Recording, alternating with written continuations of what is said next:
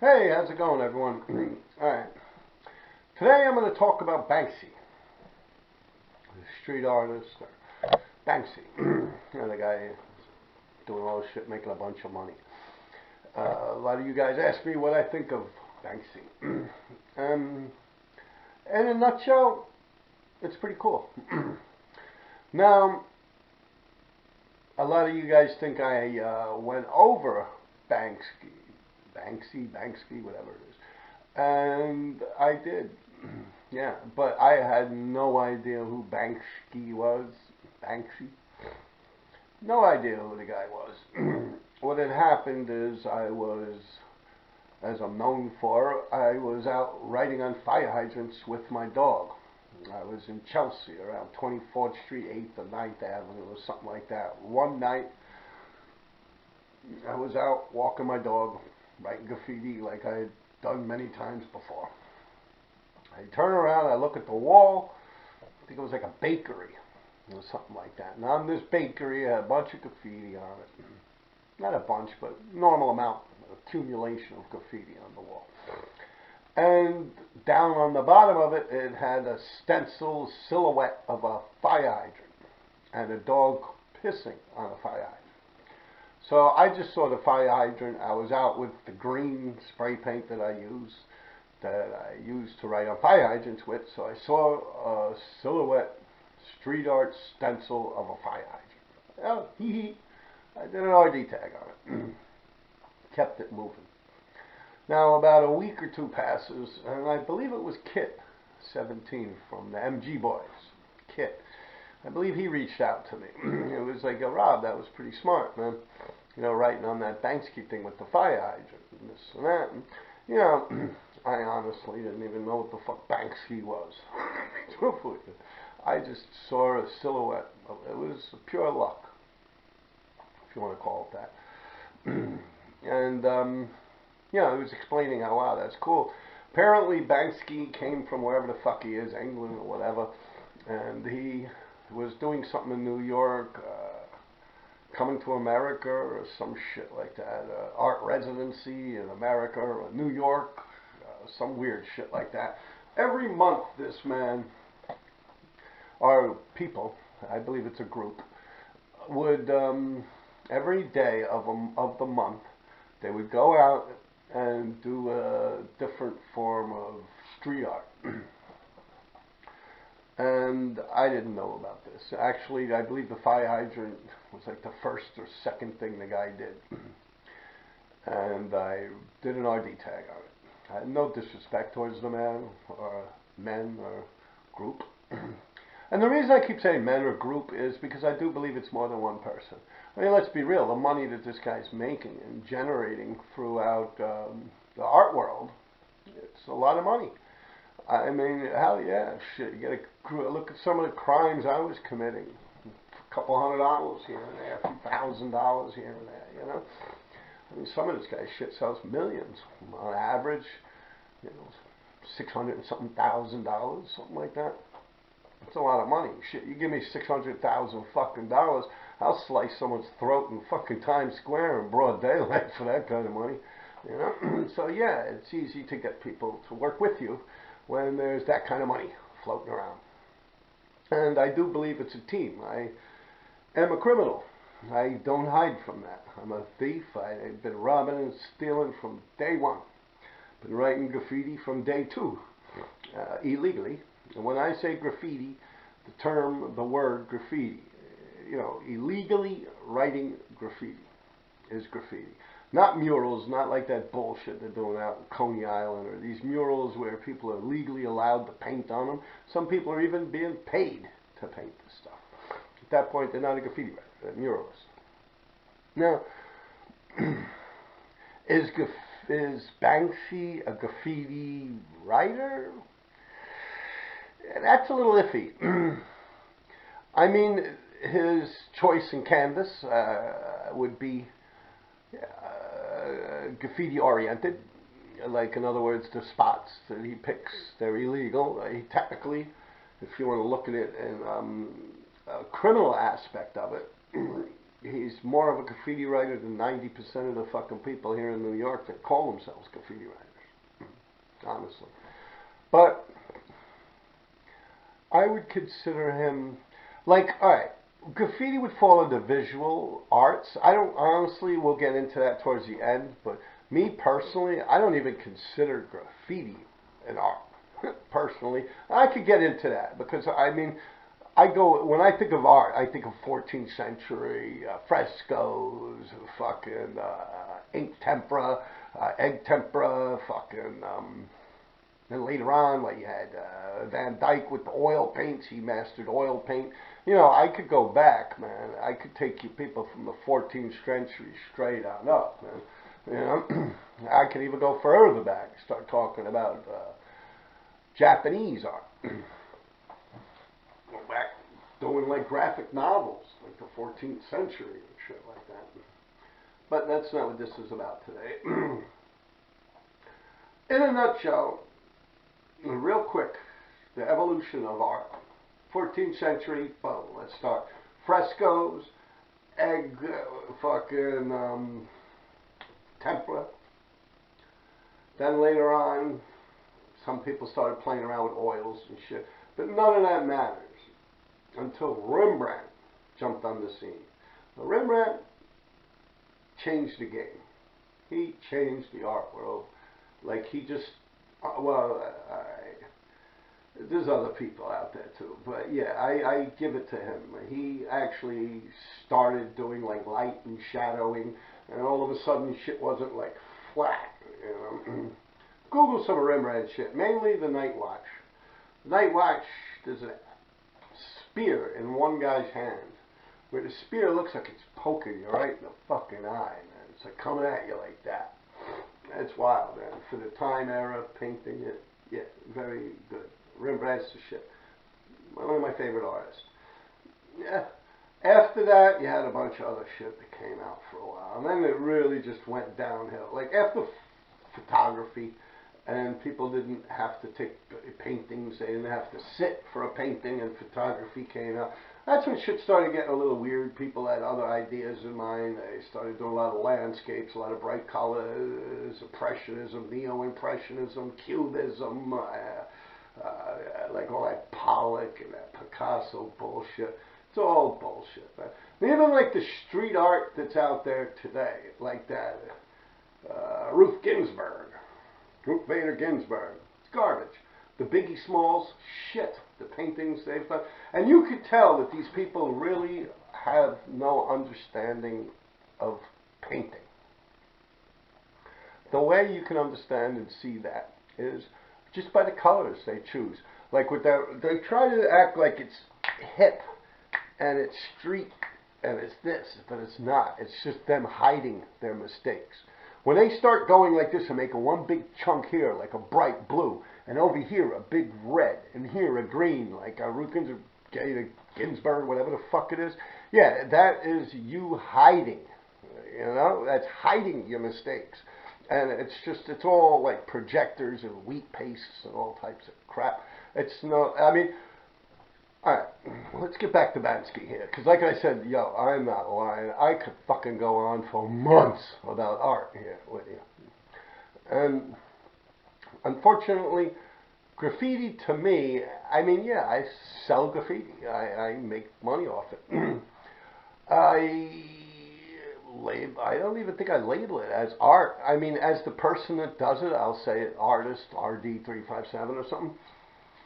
But then again, I'm a little out of the loop with actual graffiti because I'm more of like an artist. Like if you ever actually really look at my graffiti, it's pretty much just blockbusters and shit like that, and just me getting my name out there. Now, if you ever look at my art career, it's a lot different. Like I have a good understanding of visual space. Now, that is a key word when it comes to this. Visual art. Viewed and by your eyes. Visual art. Alright? You look at it, you see it, and it extracts an emotion from you. Alright? Now, that wouldn't be singing and shit like that. You get me? That's like performing art. But then you have what's known as, what the fuck is the word again? Applied. Applied art. That's what it is. Now, that's where I believe Banksy would fall under. It's more of a craftsman. At least that's what it was leading towards. And it was proven differently to me when I saw that painting he did on 23rd Street in a thrift shop for the people living with HIV and AIDS. It's a thrift shop that donates a bunch of money, and a painting there that's sold for like $600 and something thousand, almost $1 million. And the money was donated to HIV and AIDS, people living with HIV and AIDS. Now, this painting originally was a painting done by someone else. I believe he bought it in a thrift shop or whatever. Came across the painting by Joe Blow. And now this was a painting of a river. No, a pond. There's a river we consider rowing water, flowing water. Pond, still water. So there was a painting of a landscape of a pond with the woods behind it, trees, so on and so forth, sunny, bright day. And it's a pond. Now, Banksy took this painting, and I don't know how he occurred it. Maybe he bought it from the thrift shop originally, and then brought it home, and he painted on it, like a bench in a park. And on this bench, you have like a Gestapo or a Nazi. Not a Nazi, it looks like a high-ranking Gestapo. And he's just sitting on this bench that Banksy painted, looking out over this pond. Kind of like, what the fuck is it all about? Now, to me, that was genius. Genius. Fucking best shit I've seen since God knows when. And the reason I say that is because it tells a story. And art pretty much has to tell a story. Now, I know you people are going to start all this bullshit about NFTs and this and that and photography. That's not, come on. Let's not nitpick here. I'm keeping it simple. And that, I looked at it. I don't need much time to actually absorb a painting. I looked at it for maybe 10 minutes. That's a lot. Normally I'll go to the Met. I'll look at a painting for a minute or two, and I got it in there, you know. That's being the situation, and him with his thing in New York City. I took time out to walk over there at lunchtime, and I looked at it. And I've noticed that the person that painted that is a qualified fine artist. He understands brush strokes, oil paint, and he has a very good understanding of space and value and shadowing and everything. It was done perfectly. You could not tell that this was done after the original painting. That original painting could have been done 30, 40, 100 fucking years before Banksy did that on it. And it blended right in. It looked like it was all painted in one sitting by one artist. Now, at the bottom of the painting, it had who originally painted it, and then Banksy wrote under that, Banksy. I really thought that was fucking cool. And it auctioned off, and it made money, and in a sense, if it belonged to graffiti, that would kind of change things, because in my eyes, graffiti kind of really serves no purpose in the world. Don't get me started. I get it. Oh, well, what are you talking about? This, that, with the Greeks and this and that, and graffiti's been around since the caves. And fuck that bullshit. I know, believe me. I'm like a history buff. So anyway, make a long story short. Yes, graffiti's been around. As a matter of fact, when Caesar got murdered, Julius Caesar, months before he got murdered, people were anonymously writing messages on the walls because they were plotting to kill this man. And there was one person that wasn't with it. So they were kind of taunting the one person that wasn't with it. Like, yo, come on, man. Why don't you kill this motherfucker already? But in the end result, the guy joined them, and I believe they stabbed Julius Caesar 27 times or something like that. End of Julius Caesar. But yeah, they were writing shit on the wall, like just talking shit, almost like what's going on with Trump or Black Lives Matter or this or that. You know, pretty much that's what it was. Like, I guess political. Yeah, I mean Caesar was what, an emperor, yeah. And they were trying to overthrow him, and they murdered him. And yeah, I guess that would be graffiti, but you know what I'm talking about. I'm talking about teenagers writing on fucking subways in New York, man. Okay? Now, let's get back to Banksy here. Yeah. He had done, I think this is the reason you guys keep asking me about Banksy, is I don't have problems with the man. Yes, I wrote on one of his graffiti markings. He had on 24th Street, 8th and 9th Avenue. I was walking around writing graffiti on fire hydrants like I always do and been doing. I was walking with my dog, and I wrote on a fire hydrant. I walked a little further. I believe the School of Visual Arts Museum or something like that's up the block, and the Da Vinci Art Store's over there, and it's a good area to get tags in. So that's what I was doing. I was just simply writing graffiti. I turned around and I saw a stencil painting of a dog pissing on a fire hydrant. It was like a silhouette, just solid black. Fire hydrant, dog with his leg up, done. I saw the fire hydrant being I'm out all night. I probably wrote on about 40 or 50 fire hydrants that night.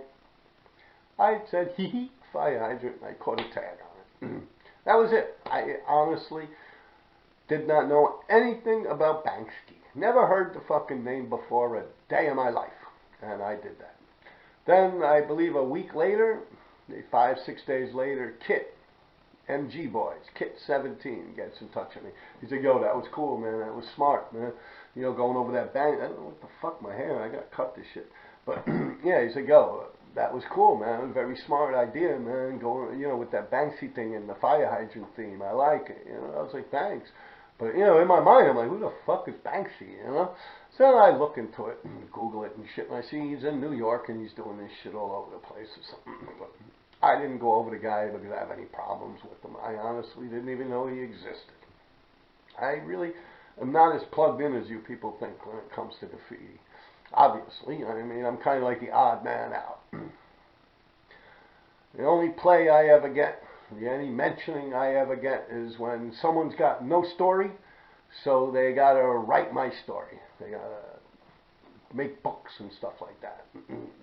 They got no career or anything really going on with graffiti, so yeah, I remember that time I fought RD. Yeah, that's it. Yeah, we'll make money off that. That's pretty much the way the life goes. Yeah, you got a bunch of people out there, and even on YouTube, you got people doing that shit. I see it all the time with the mafia and shit like that. And dudes, oh, yo, you're not a real mobster, and this, and I don't know. I don't follow that shit. They're all a bunch of fucking rats. Anyway, Banksy. It's hard for me to stay on this Banksy subject because it's really kind of like blah blah, but interesting, but blah blah to me. Alright, now what's my take on how this is being performed? I believe Banksy has a group of people. I mean, let's be real. Like I said, this painting that was in that thrift shop sold for $600-something thousand. You know, some of his shit goes for millions of dollars. I mean, he's painting fucking elephants. That's one thing I did not dig, man. Him painting an elephant with the whole shit there. Brad Pitt there and Angela Jolie or some bullshit like that. Yeah, I didn't like that. That's not cool, man. You fuck with a poor animal so you can make money? Nah, not cool. Anyway, yeah, that would probably be the only thing that would be riffy with me a little bit. But other than that, I don't give a fuck. He don't bother me nothing. I don't know the man. Never met him. I don't think anyone knows the guy. Well, there is a group of people, and the reason I keep saying a group of people is because it's not done by one person. Like, for instance, that fine art that I'm talking about, that oil painting of the Gestapo sitting on the bench overlooking the pond, that was done by someone that is capable of executing an oil painting, palette, the whole 9 yards, down to a science, okay? That's one kind of individual. Now, that's not to say people don't wear many hats, because I myself could do all types of weird shit. But anyway, kind of money that these people are making in galleries and stuff like that, and a lot of his shit, oh yeah, you know, it's ripped off the streets and he doesn't condone that and this and that and blah, blah, blah, blah.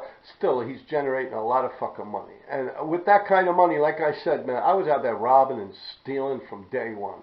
And from day two, I was out there writing fucking graffiti. Like my whole life. Just listen to my podcast. My whole life. I mean, honestly, before I had hair on my dick, I was out there robbing and stealing. So I know what it takes. I've stolen a lot of shit off the streets. A lot of fucking motorcycles. Fucking, I was involved with people stealing cars, breaking into houses, stores, restaurants, fucking parks, like zoos, fucking, construction sites, just about everything.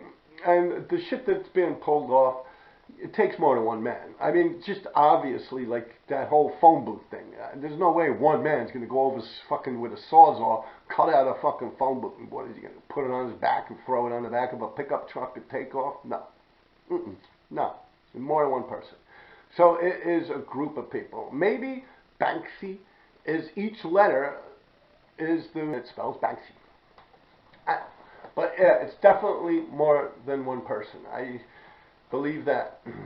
And now, as far as it goes with him being a graffiti writer, I don't know. Like, I don't know if I might have just said this, because I did a whole big thing before, and I actually deleted it and started over again. So I don't really remember which was which, but in the sense of things, I really never do that. I just run it. You guys like it, you like it. You don't, you know.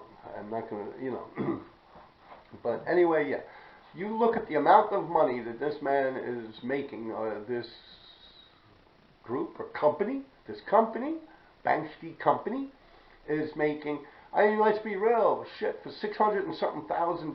You know what I would do for that kind of money, man? I swear to fucking God, yo, I will fucking slice someone's throat on fucking Times Square at 12 noon for $600 and something thousand. So, yeah, money is a big motivator. And also looking back at this whole thing with Robbo and stuff like that, and getting into the whole thing, I mean, England, London, they have a big underworld. They have a big criminal empire. I mean, there might not be Italian dudes running around with fancy suits and shit chewing on cigars, but you know, them English dudes get dirty, man, like the Cray brothers. There's a whole fuckload of people out there, man. And it's probably a form of organized crime. That's what I believe. It makes good money. It generates money. It's got all the earmarkings of organized crime. Now, yes, of course, it would be organized crime if it's a group of people committing a crime to benefit themselves. Technically, it would almost fall under a RICO case. The amount of money, yeah. Sure, hell yeah. But with that said, how do I feel about Banksy stuff? I like it. I really did like that painting in the thrift shop. That was smart. It was a brain. It was really good. It was a smart idea.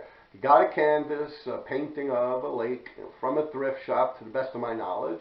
He painted the Nazi or Gestapo on it, and he gave it to a thrift shop, and some lady or something like that called him an hour later saying this painting that was just brought to you is very expensive, and auction it off, and you know, don't just throw it in the back in the basement somewhere. It's a good painting. It'll fetch you guys some big money. And I think they might have just broke it down, Banksy and the whole New York City thing. So they put it up for auction, and it fetched a lot of money. Probably helped a lot of people that are living with HIV and AIDS. That's honorable. That's an honorable thing to do. I don't think any graffiti writer would do that, but yeah. Now, see, you guys got it all in your heads about graffiti and this and that, and it's not like what's going on today is not like the graffiti that I'm referring to. Like the shit I talk about, I've said it in my past podcasts, I'm talking about street kid shit. Teenagers writing on subways. I mean, you could consider some of these people artists. I mean, as far as it goes with the medium and the textures and the value and space and this and that. Honestly, art's supposed to tell a story, and I don't get on me about the NFT bullshit. But what it boils down to is like Lee, the Fab Five. Stop the bomb, heaven, hell, this, that, all that shit. That's telling a story. So technically, yes, that would fall right under the category of art. Now I know, yeah, a lot of you guys, it's kind of a little annoying, like, I guess nitpicking, or like, how would you say, oh, well, this and that, and everything's art, like making money, con art, and this and that, and just making your bed, you could do an art. No, fuck you, man. Fuck you with that bullshit. I'm talking about art, you know, poetry, you know, art. Many forms of art, yes. But the shit we're talking about is the shit we're talking about, or the shit I'm talking about. In a nutshell, Bansky's got like world recognition. I like what he did with that Palestine thing, stuff like that's pretty cool. I mean, he's creative, he's inventive. I don't really like the stencil work. It's just not me. When it comes to art, it's just not pleasing to me. That's the one thing I guess I could do without. It's kind of like, for instance, if you could sit there and draw that Gestapo or paint that Gestapo on a bench, you don't need to do a stencil. You got me? Like, you could just walk up to the wall and paint a fucking whatever without doing it. What, a stencil cuts out time or something like that? You know, it's craftsmanship. When you start doing wheat paste, you start doing stencils, that's when you start falling under, like, craftsmanship, which would be, what were we talking about? I just said it before, man. Applied arts, craftsmanship. Architectural design, stuff like that. Craftsmanship. Yeah, would be kind of what he falls under. I believe most street art would fall under that area. Like I said, visual art, eyes. You get me? And you have all different. Performing art would be dance, singing, shit like that. You know. But, I mean, I could go on and on and on about this shit, but I guess you guys kind of get the idea. Now, in this movie they made on HBO about Banksy in New York City, they had the RD over the fire hydrant silhouette stencil that Banksy did.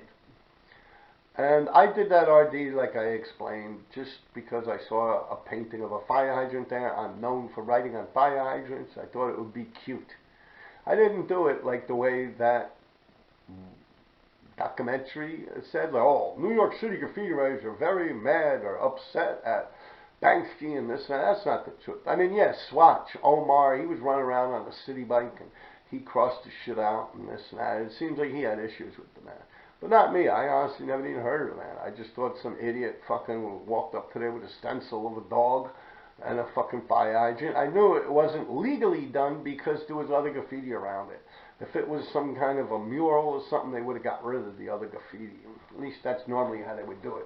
I believe it's a bakery this thing was on. I had no ill will towards the man. Didn't even know he existed. Now, of course, I do. And right after that, and right after Kit 17, MG Boys, shout out.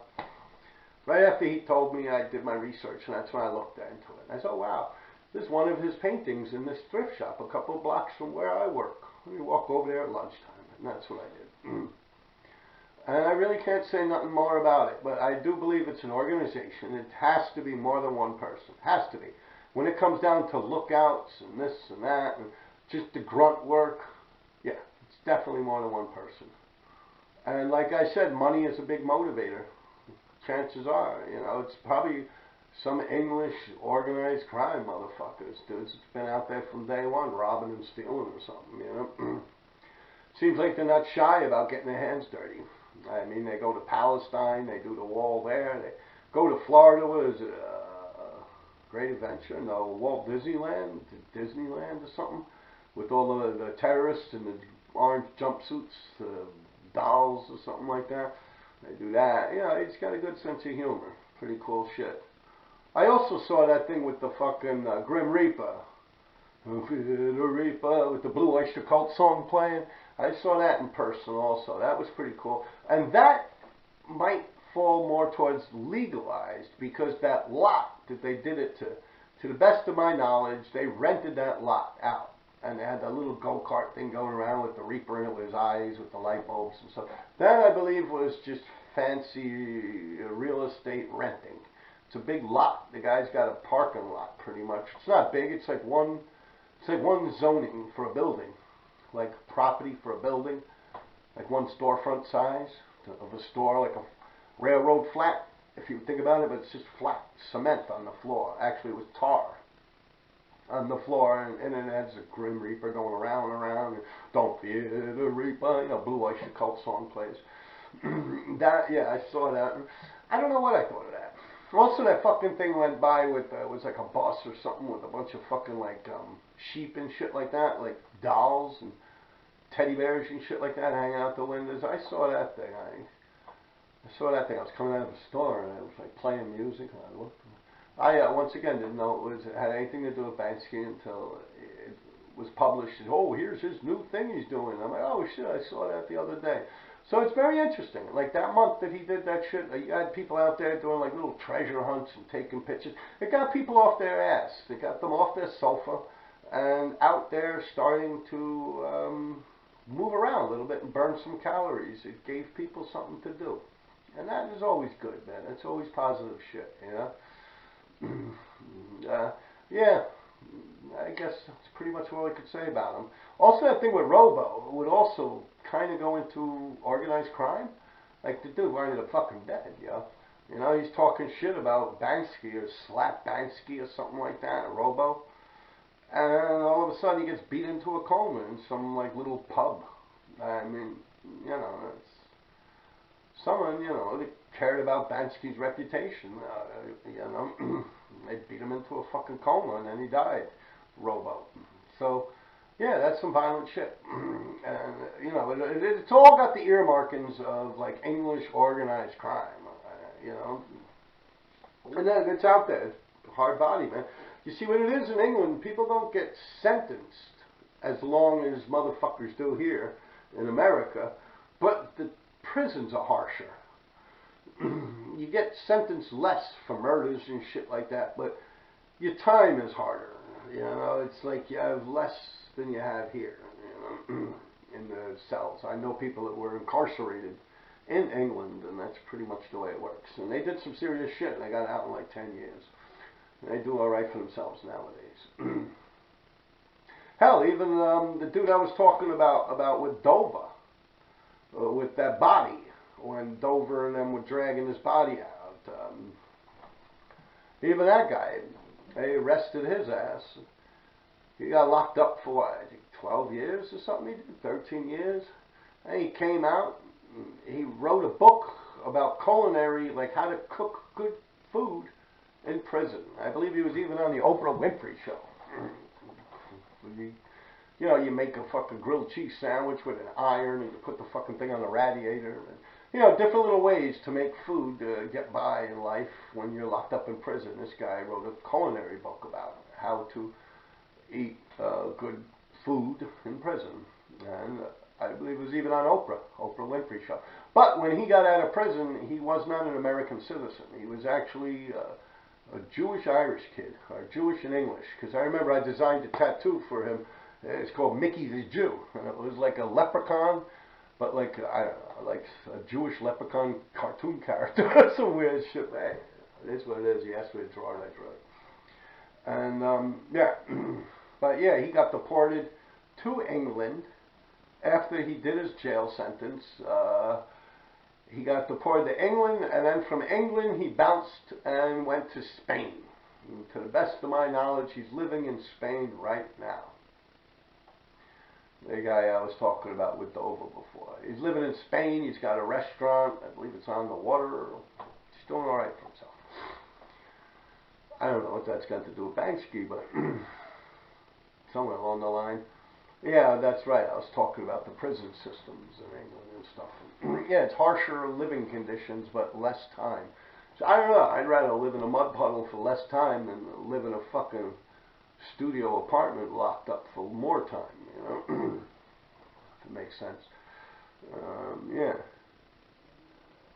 I guess that's about all I could say about Banks. You can't think of nothing else. We covered Robbo, covered the fucking elephant.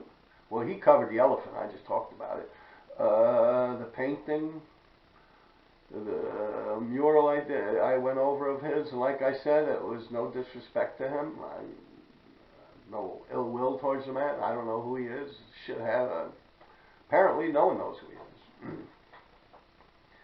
I didn't do it out of ill will or anything like that. I wasn't like, oh shit, that's Banksy. Fuck that, man. No. I do that. Don't get me wrong. I do that. And I hunt down shit and I cross it out and stuff like that. You know, definitely do that. A lot of shit I don't appreciate. A lot of street art or murals. Like a lot of these people call themselves graffiti writers, and they're not. They're muralists, man. They're painting murals. They're getting paid for it, or if not, they're paying someone to paint the walls. And it's garbage. Like, they have no real true understanding of artwork. Like, with that Ruth Gator Ginsburg thing, it's like, yo, you could tell that people have no skills whatsoever. Like, other than, like a projector, big stencils and shit like that. That's why they'll do, like, right here, blue. And then right here, pink. And then right here, yellow. Because they'll act like, yeah, it's cool, it's hip. That's the way people do it now. But no, you're doing that shit because you're fucking clueless, man. Yeah. The same with that Biggie Smalls mural I seen. It's all garbage, man. It's all garbage. Like I said, they try to act like it's hip, like they try to make it like stained glass or something like that. But yeah, they're not hitting the mark. It's garbage. It's all garbage. And I'll tell you, this is a funny one. I remember I was just talking about Swatch, Omar, going over Banksy. You know, one day he got in touch with me. I know Omar Swatch very well. Not real well. Like we actually had a lot of problems in the past. I've confronted him once in his classroom. I walked into his school, into his classroom. Yeah. I don't want to get into it. I don't talk about stuff like that. But yeah, so I never really saw eye to eye with him in the beginning. But later on in life, he was good friends with my friend Barron, who passed away from ALS, Barron Timmy. And so I kind of never really had problems with Swatch after that. And I consider him someone I know, like an acquaintance, a friend. And he got in touch with me one day. He came across my artwork. He's like, yo, that shit is hot. He's like, yo, that would be cool, man, but yo, you should use a projector. And I'm like, but why? And he's like, so yo, you can get it exact. And I'm like, yeah, but that defeats my whole purpose. You get me? Like, use a projector. Like, nah, I don't do that smoke and mirrors shit. If I don't pull it off, I don't fucking pull it off. I failed. Simple as that. I don't cut corners. Just like in the graffiti business. I've never jumped anyone. I've never physically jumped anyone. I always fought people fair ones. I never ratted on anyone. Yeah, it was just, if you have to go and rat on people or do something like that, then you shouldn't even be playing the game. You get me? It's like cheating in soccer or basketball or something. Like I've explained in my past podcasts, like weightlifting. You know, if you're going to deadlift a certain amount of weight off the ground, you're going to lift that weight. You're not going to have fake plates that are made out of styrofoam just so you look cool. Like, that's not graffiti, because then that shit catches up to you. There's a real motherfucker going to recognize that you're a fake motherfucker, and he's going to take you down. And that's the bottom line. And it's funny, because I get considered, I'm called a bully nowadays with this type of behavior. Not nowadays, because I don't even write, but, you know, in the ending days, the last 20 years or something of my graffiti career, oh, bully is this, is that. But, yeah, honestly, I'm the only one that's really playing this shit the right way. Like, think about it. I'm really the only human being that's keeping my fucking mouth shut. I'm out there writing my fucking graffiti. I'm minding my own fucking business. These are the people that are coming into my life and putting my name and my address and my work address all over the internet to try and slow me down. It really didn't. Matter of fact, it didn't even get me in trouble or caught. I got caught on my own stupidity. Well, technology, modern technology increased. Just like I explained before, I used to run around stealing motorcycles. 1987, 88, Ninja 1000s, Hurricanes, GSXR 11s, FJ 1200s. I've taken them all. Everything you can fucking think about. If I didn't physically grab the fucking thing myself, I was involved with taking it. And then what happened? LoJack came out, which is like, I think they call it GPS now. Once LoJack came out, and they came and they round up all my friends and all the people I know, was all over the newspaper. The minute that shit came out, they fuck that. I ain't fucking with that shit no more. I never stole another, but never even rode on another motorcycle again. Actually, JJ, my friend, JJ357, John Zavolas, He passed away shortly after that. So I really was like, that was my little motorcycle buddy, you know. So yeah, I honestly never been on a motorcycle or anything I would consider a motorcycle. I might have been on a couple of mopeds and scooters and shit like that, you know. But yeah. And why did I stop stealing those motorcycles? Because I didn't want to get locked up. So that's kind of like what goes on with the graffiti world, technology, modern technology. You know, they got this system now where it's almost like a thumbnail that you would stick into like a USB port in a computer. Like they take the shit and if you get caught like speeding, I believe it started with the graffiti tracker. I'll get into that. But apparently they could take this thing, like say they catch you speeding. I believe it's San Diego or San Francisco or something like that. Originally it started. Now they catch you speeding. They take this like thumbnail thing and they put it in your car and it could show every single violation you fucking done. Like, yo, this shit is crazy. And that's pretty much, like I've seen cases with this graffiti tracker thing, which is very similar to it. You guys can look into it and Google it. I'm shooting off the top of my head. I was reading about this shit maybe a year or two ago. I might not know all the details, but simply put, alright, here's the story. I don't know, a dude had a case, some domestic violence, some shit like that. Just a problem in his household. So the police come to his house. Now, they notice, I believe it was Slay in San Diego or San Francisco. Slay, like Slayer, the group, the rock group, or Slay, S-L-A-Y, or some shit like that. They saw it. Okay. Interesting. They locked his ass up. They had fucking over 200-300 fucking photographs of that Slay all over the fucking city. They locked his ass up and they got him, grabbed him, brought him to court, and he wound up having to pay $60,000, $70,000 something thousand for it. And that's when the graffiti tracker shit started. Now, people have gotten caught in cars, and they've had graffiti paraphernalia, black books. All the cops got to do is see a tag, takes it, scans it, takes a picture of it, boom, it goes into the database, and everything like that pops up. And they lock you up for all the charges. So, graffiti and the technology has changed. Like, for instance, I probably can't, I know I can't because of my building, but yeah, I can't even walk up the block and buy a pack of bubble gum and walk back to my apartment without being on like 3 or 4 video cameras. True known fact. Now, being a street kid, robbing and stealing my whole life, I do know to myself. Actually, me and D3 had this conversation. We were out stealing some shit or another. I don't want to get into it. But, you know, he's like, get in the middle of the street, get in the middle of the street. I got in the middle of the street. You know, he's my man. What? He's like, because no cameras really. Most cameras are aimed at the establishments, the stores, apartment buildings, space, landlord buildings that they own. The camera's aiming down at the entrances, exits, maybe a wall that they don't want someone to write on, but not out in the middle of the street. Now, yes, I do know they have these lights that take pictures of people's license plate when they go through a light. And they might get you on footage like that. But that's like a fucking Russian roulette. You know, that's like, yeah, let's be real. That's like a fucking winning the lottery or something. Don't say it didn't happen, because it fucking happened. They caught the Spaniard that way in Italy. Yeah, the Spaniard. Believe it, he was actually an Italian. Mafiosa guy. He was in the mob in Italy. He broke out of prison, I believe. He escaped from some prison and went to Italy, or he escaped from a prison in Italy, and bigger than shit, just a freak fucking accident somewhere in Italy. They have the Google Maps satellite. Takes a picture of the street every so often. Who's in the fucking street but the Spaniard? They call him the Spaniard. I don't know why. Maybe he was born in Spain, but he's Italian. I don't know. But you could probably look into that too. Yeah, they caught a picture of that motherfucker. The facial recognition, even though Google Maps blurs the face out, they're like, yo, that's him. So all of a sudden, they just went to that neighborhood and they locked his ass up. They found him walking around drinking fucking cappuccinos and shit like that, smoking a fucking cigar. They handcuffed his ass and locked him up. He was on the lam for like 20-something years. So technology took me down, like I've explained before.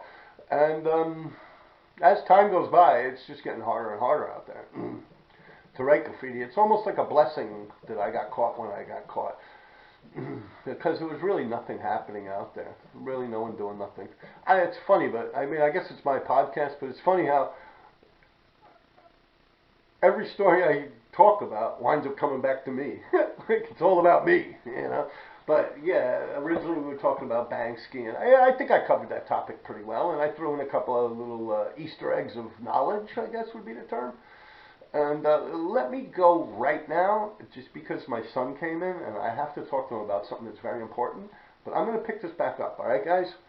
This ain't the end. I'm not saying goodbye to you, all right? All right, people, I'm back. Now, keep your eyes open. I'm going to put the picture on. I was talking about Rembrandt the Watcher, but you guys should Google Rembrandt. You'll see what I'm talking about, man. Amazing. Like, everything was like flat, like panhead motherfuckers until Rembrandt came along. Like I said before, Collagio and stuff like that also. But yeah. Now I'm going to put that picture on, and also the Banksy fire hydrant that the dog is pissing on, the silhouette stencil thing he did, and I did the RD tag in the fire hydrant. I actually bumped into a girl, I was screwing her, and she took the picture the same night right after I did it with my dog. And it's funny too, because it's almost like I knew it was Banksy, but I didn't. I really had no idea. It's just, she was hanging out, started talking to her, pretty girl, Asian girl, wound up hanging out with her, and she told me, says, yeah, could you take a picture of this, blah, blah, blah, blah.